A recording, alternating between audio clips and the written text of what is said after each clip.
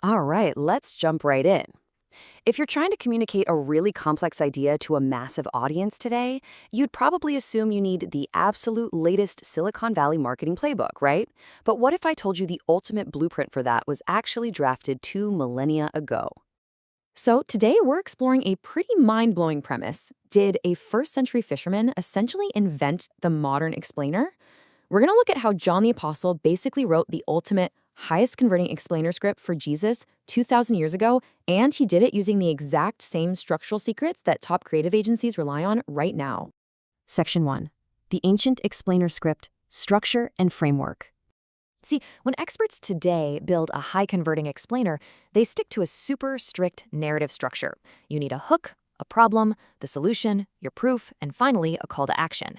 Well, John utilized those exact same narrative beats. He divides his whole text into a prologue, the book of signs, the book of glory, and an epilogue. It is a carefully engineered approach, perfectly designed for maximum audience retention.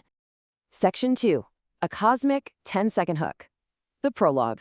Every great explainer demands a really high-impact 10-second hook to grab the target audience instantly. You'll notice John doesn't start with some slow, plodding genealogy. Instead, his prologue delivers this cosmic hook by dropping the Greek term logos, which translates to the word. And guys, this is an absolute masterstroke. In one word, he instantly grabs Jewish thinkers who immediately recognize the creative word of the Lord from Genesis, while simultaneously hooking Hellenistic Greek audiences who viewed logos as the rational principle governing the universe. He places Jesus at the absolute beginning, before creation itself, and boom, viewer attention secured. Section 3. 7 signs as visual proof. Visual evidence. Okay, so modern explainer scripts require undeniable data and visual proof to back up their claims, right? You literally can't just tell people, you have to show them. And John provides exactly this in what scholars call the book of signs. But he doesn't just throw out a random list of miracles. He meticulously structures this undeniable proof around the number 7, which, if you know your biblical context, is the ultimate number of divine perfection and completion.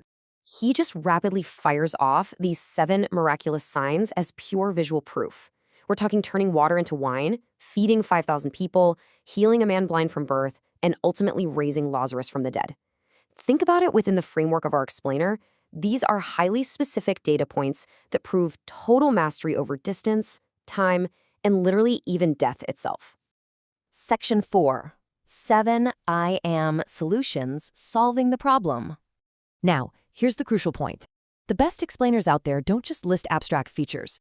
They actually address their audience's deepest pain points with clear, totally relatable solutions. Basically, features kill conversions, but benefits drive action. Just look at how John maps out the 7 I am statements directly to universal human struggles. So if the pain point was spiritual hunger, the solution is I am the bread of life. If you're dealing with darkness, it's I am the light of the world. He uses these incredibly simple, everyday visual analogies like bread, light, sheep, to explain massively complex metaphysical ideas. It's honestly brilliant audience targeting. But there's actually a much deeper layer here. By repeatedly using the phrase I am, Jesus is doing what modern content creators might call hyperlinking. He is directly hyperlinking back to the divine name revealed to Moses at the burning bush in Exodus 3:14. It's an absolute, undeniable claim to deity, but it's packaged perfectly within a relatable metaphor. Section 5. The Book of Glory, the climax. So after establishing the hook, the problem, the solution, and the proof, your narrative arc absolutely has to build to an intense climax. Scholars call this second half of the text the Book of Glory, and John uses really fast, deliberate pacing to smoothly carry the viewer right through Jesus' final week. He takes us from the quiet intimacy of the Last Supper directly into the intense action of the Passion. The narrative momentum here stays incredibly high right up to what some scholars actually consider the ultimate 8th sign of the new creation, the resurrection.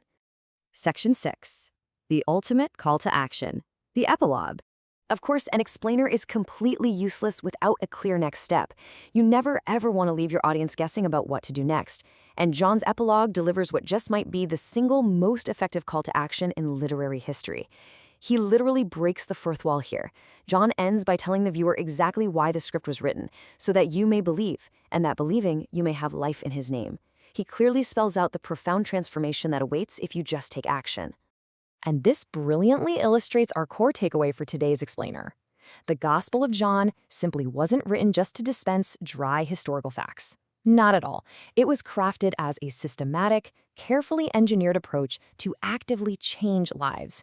It moves the audience from mere information to profound transformation, hitting every single psychological and narrative trigger along the way.